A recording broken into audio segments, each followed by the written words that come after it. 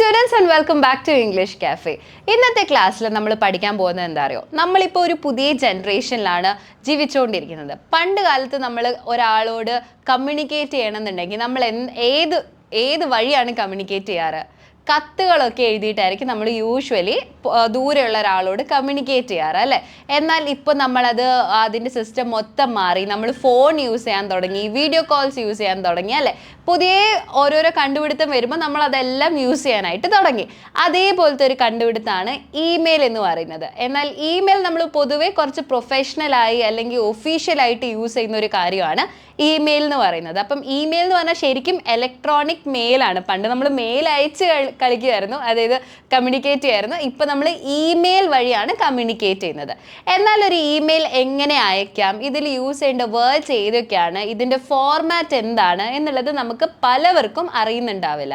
So അതാണ് നമ്മൾ ഇന്നത്തെ ക്ലാസ്സിലൂടെ ക്ലിയർ ചെയ്യാൻ പോകുന്നത്. എങ്ങനെ ഒരു ഇമെയിൽ എഴുതാം, എങ്ങനെ ഒരു ഇമെയിൽ എന്താണ് ഒരു ഇമെയിലിൻ്റെ സ്ട്രക്ചർ, ഇതിൻ്റെ ഫോർമാറ്റ് എന്താണ്, ഏതൊക്കെ വേർഡ്സ് ആണ് യൂസ് ചെയ്യുക എന്നുള്ളതെല്ലാം നമുക്ക് ഇന്നത്തെ ക്ലാസ്സിലൂടെ പഠിക്കാം. ഓക്കെ, സോ ആദ്യം തന്നെ ഇമെയിൽ എവിടെയാണ് യൂസ് ചെയ്യുക എന്നുള്ളത് നമുക്ക് നോക്കാം. ഞാൻ നേരത്തെ പറഞ്ഞ പോലെ കുറച്ച് ഒഫീഷ്യൽ ആയിട്ടുള്ള സെറ്റപ്പിലാണ് നമ്മൾ ഈ ഇമെയിൽ യൂസ് ചെയ്യുന്നത്. ഫോർ എക്സാമ്പിൾ, നമ്മുടെ കമ്പനിയിൽ നമുക്ക് നമ്മുടെ മാനേജറിനോടോ ടീം മെമ്പേഴ്സിനോടോ എന്തെങ്കിലും മെസ്സേജ് പാസ് ചെയ്യണം. ഫോർ എക്സാമ്പിൾ, നാളെ ഒരു മീറ്റിംഗ് ഉണ്ടെന്ന് പറയാനോ, അല്ലെങ്കിൽ നമ്മുടെ മാനേജറിൻ്റെ അടുത്ത് നമുക്ക് ലീവ് അപ്ലൈ ചെയ്യാനോ, അല്ലെങ്കിൽ പുതിയൊരു ജോലിക്ക് വേണമെങ്കിൽ അത് അപ്ലൈ ചെയ്യാനോ, ഇതിനെല്ലാം നമ്മൾ യൂസ് ചെയ്യുന്ന ഒരു മോഡാണ് ഇമെയിൽ എന്ന് പറയുന്നത്.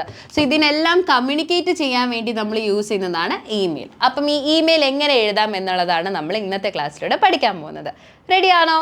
ഓക്കെ, സോ പൊതുവേ നമ്മൾ ഇമെയിൽ എഴുതുന്ന സമയത്ത് നമ്മുടെ കോണ്ടന്റ് എന്താണെന്നുള്ളത് വളരെ ചുരുക്കി എഴുതേണ്ട ഒരു നീഡുണ്ട്. ബിക്കോസ് നമ്മൾ ഒരുപാട് വാരി വലിച്ച് എഴുതിയാൽ ഇമെയിലിനുള്ള ഒരു ഗുണം ഉണ്ടാവില്ല. സോ ഒരു നല്ല ഇമെയിൽ എന്ന് പറയുന്നത് വളരെ ഷോർട്ടായിട്ട് നമുക്ക് പറയാനുള്ള കാര്യങ്ങൾ ടു ദ പോയിന്റ് ആയിട്ട് പറയാം. അതാണ് ഇമെയിൽ റൈറ്റിങ്ങിൻ്റെ ഒരു main point. Okay, so email തുടങ്ങുമ്പോൾ തന്നെ നമുക്ക് വേണ്ട ഒരു സാധനമാണ് സബ്ജക്റ്റ് ലൈൻ. എന്താ വേണ്ടത്?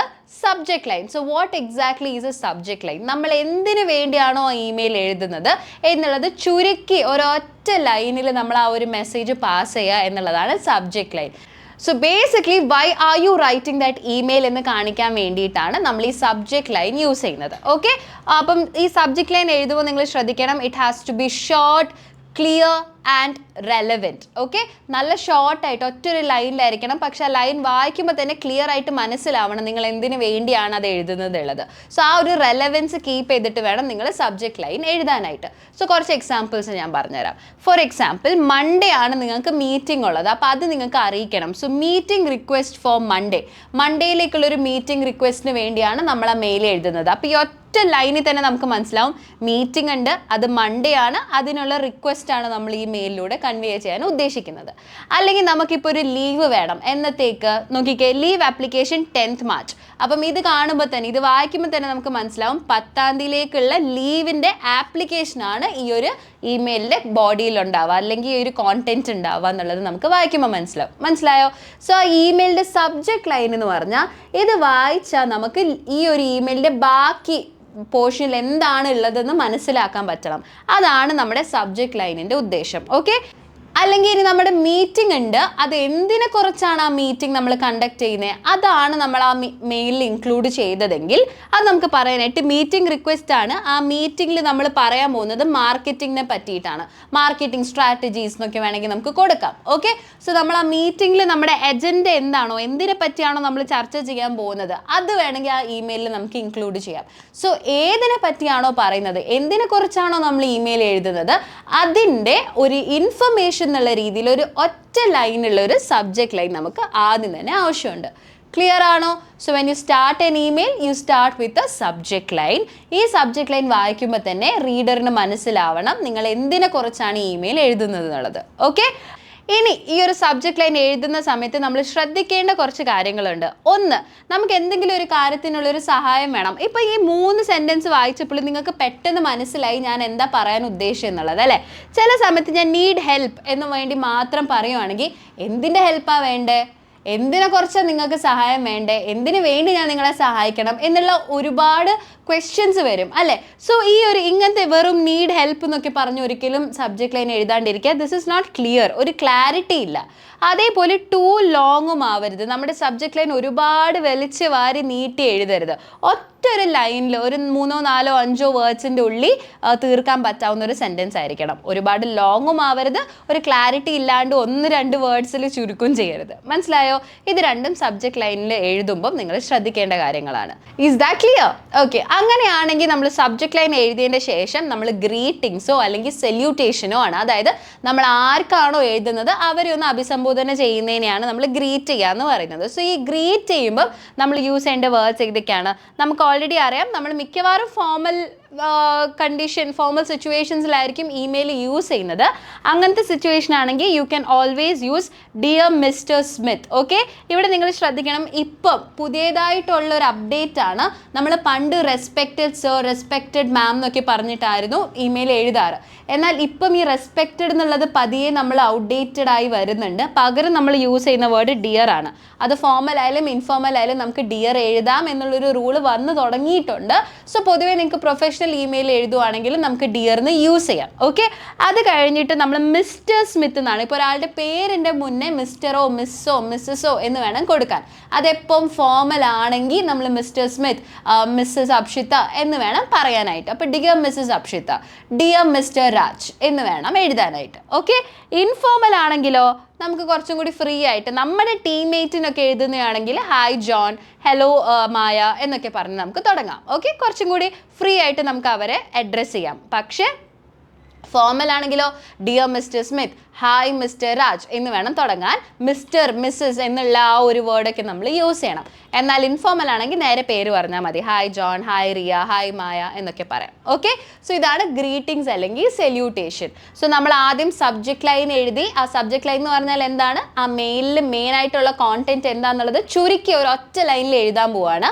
അതാണ് നമ്മുടെ സബ്ജക്റ്റ് ലൈൻ. അതെപ്പോഴും ഷോർട്ട് ആയിരിക്കണം, ഒരുപാട് വലിച്ച് നീട്ടാൻ പാടില്ല. ഷോർട്ട് ആക്കുക എന്ന് വെച്ചാൽ അത് ക്ലിയർ ഇല്ലാണ്ടും ആവരുത്.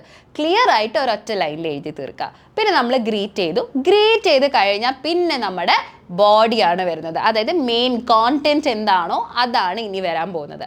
സോ ഇമെയിൽ റൈറ്റിംഗിലെ ബോഡി എങ്ങനെയായിരിക്കണം എന്ന് ഞാൻ പറഞ്ഞുതരാം.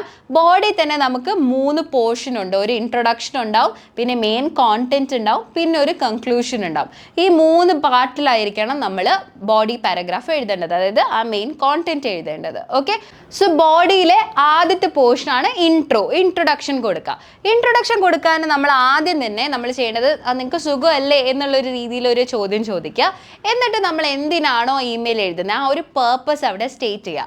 I hope you are doing well, I am writing to request leave for next week. ഞാൻ അടുത്ത ആഴ്ചയ്ക്ക് വേണ്ടിയിട്ടുള്ള ഒരു ലീവിന് വേണ്ടി റിക്വസ്റ്റ് ചെയ്യാൻ വേണ്ടിയാണ് ഈ ഒരു ഇമെയിൽ എഴുതുന്നത് എന്നുള്ളത് ആദ്യം തന്നെ ഒരു ഇൻട്രോ കൊടുക്കുക. ബേസിക്കലി സബ്ജക്ട് ലൈനിൽ എഴുതിയ കാര്യം തന്നെ കുറച്ചും കൂടി നീട്ടി ഇലാബറേറ്റ് ആയിട്ട് എഴുതുന്നതിനെയാണ് നമ്മൾ ഇവിടുത്തെ ഇൻട്രൊഡക്ഷൻ. ബോഡി പാരഗ്രാഫ് തുടങ്ങുന്നത് ഇങ്ങനെയായിരിക്കും. പക്ഷെ ആ ഒരു പേർപ്പസ് എഴുതുന്നതിൻ്റെ മുന്നേ ആയിട്ട് I hope you doing well എന്നും കൂടി എഴുതാനായിട്ട് മറക്കരുത്. I hope you doing well, I hope you doing fine എന്നൊക്കെ വേണം എഴുതാൻ. അതായത് ബേസിക്കലി നിങ്ങൾക്ക് സുഖമാണെന്ന് ഞാൻ വിശ്വസിക്കുന്നു എന്നുള്ളതിൻ്റെ ഒരു മീനിങ്. ഓക്കെ, അത് കഴിഞ്ഞ് കഴിഞ്ഞാൽ പിന്നെ നമ്മുടെ മെയിൻ ഇൻഫർമേഷൻ ആണ്. എന്താണ് നമുക്ക് വേണ്ടത് എന്നുള്ളത് ഡീറ്റെയിൽഡ് ആയിട്ട് പറയുന്ന ഒരു ഏരിയ. എങ്ങനെ നമുക്കത് പറയാം? ഇപ്പം എനിക്ക് മാർച്ച് 10 മുതൽ 15 വരെ എന്തോ ഒരു പേഴ്സണൽ കാരണം കൊണ്ട് എനിക്ക് ലീവ് വേണം. ഇതെങ്ങനെ നമുക്ക് ചോദിക്കാനായിട്ട് സാധിക്കും? I would like to take leave from March 10th to March 15th due to personal reasons. ആദ്യം തന്നെ ഐ വുഡ് ലൈക്ക് ടു എന്നുള്ളൊരു ഫ്രേസ് ഞാൻ യൂസ് ചെയ്തു. ഐ വുഡ് ലൈക്ക് ടു എന്ന് പറയുമ്പം എനിക്കത് ചെയ്യണം അല്ലെങ്കിൽ എനിക്കത് വേണമായിരുന്നു എന്നൊക്കെ പറയുമ്പം പൊലൈറ്റായിട്ട് നമുക്ക് ഐ വുഡ് ലൈക്ക് ടു എന്നുള്ളൊരു യൂസേജ് യൂസ് ചെയ്യാം. എന്നിട്ട് എന്തിനു വേണ്ടിയാണ് നമ്മളിവിടെ എഴുതുന്നത്? ടേക്ക് ലീവാണ്, ലീവ് എടുക്കാൻ വേണ്ടിയാണ് നമ്മൾ ഈ ഒരു ഇമെയിൽ എഴുതുന്നത്. പിന്നെ നമ്മൾ ശ്രദ്ധിക്കേണ്ടത് എന്ന് മുതൽ എന്ന് വരെ എന്നുള്ളൊരു ഇൻഫർമേഷനാണ്. From March 10th to March 15th. So എന്ന് തുടങ്ങുന്നു എന്ന് പറയുമ്പോൾ നമ്മൾ ഫ്രം യൂസ് ചെയ്യുക, എന്ന് വരെ എന്ന് പറയാൻ വേണ്ടി നമ്മൾ ടു യൂസ് ചെയ്യുക. ഓക്കെ, പിന്നെ നമ്മൾ ഡേറ്റ് എഴുതുമ്പോൾ ശ്രദ്ധിക്കണം. ഒരു ഇമെയിൽ എഴുതുന്ന സമയത്ത് ആദ്യം മാസം വന്നിട്ട് പിന്നെ 10th എന്ന് വേണം എഴുതാൻ. അല്ലെന്ന് നമുക്ക് 10/3/2025 ഇങ്ങനൊന്നും എഴുതാൻ പാടില്ല മെയിലിൽ കേട്ടോ. 10th മാർച്ച് അല്ലെങ്കിൽ മാർച്ച് 10th എന്ന് വേണം എഴുതാനായിട്ട്. To March 15th due to personal reasons. Due to എന്ന് പറഞ്ഞാൽ നമ്മുടെ കാരണം സ്റ്റേറ്റ് ചെയ്യാണ്. Why are we taking leave for? We are taking it for personal റീസൺസിന് വേണ്ടിയാണ് നമ്മൾ എടുക്കുന്നത്. സോ ഈ രീതിയിൽ നമുക്ക് മെയിൻ ഇൻഫർമേഷൻ നമ്മൾ പറഞ്ഞു കഴിഞ്ഞു. അത് പറഞ്ഞു കഴിഞ്ഞാൽ നമുക്ക് ക്ലോസിംഗ് ആണ് വരിക. അതായത് എങ്ങനെ ആ ഒരു ബോഡി പാരഗ്രാഫ് എൻഡ് ചെയ്യാം നമുക്ക് നോക്കാം. I appreciate your consideration and look forward to your approval. നിങ്ങളുടെ കൺസിഡറേഷന് നന്ദി, ഇത് അപ്രൂവ് ചെയ്യും എന്ന് ഞാൻ വിശ്വസിക്കുന്നു എന്നുള്ളതിൻ്റെ ഇംഗ്ലീഷാണിത്. And look forward to your approval എന്ന് പറഞ്ഞാൽ അപ്രൂവലിന് വേണ്ടി കാത്തിരിക്കുന്നു എന്നുള്ളൊരു മീനിങ് ആണ് കേട്ടോ. സോ ഈ രീതിയിൽ നിങ്ങൾക്ക് ആ ഒരു ബോഡി പാരഗ്രാഫ് എൻഡ് ചെയ്യാം.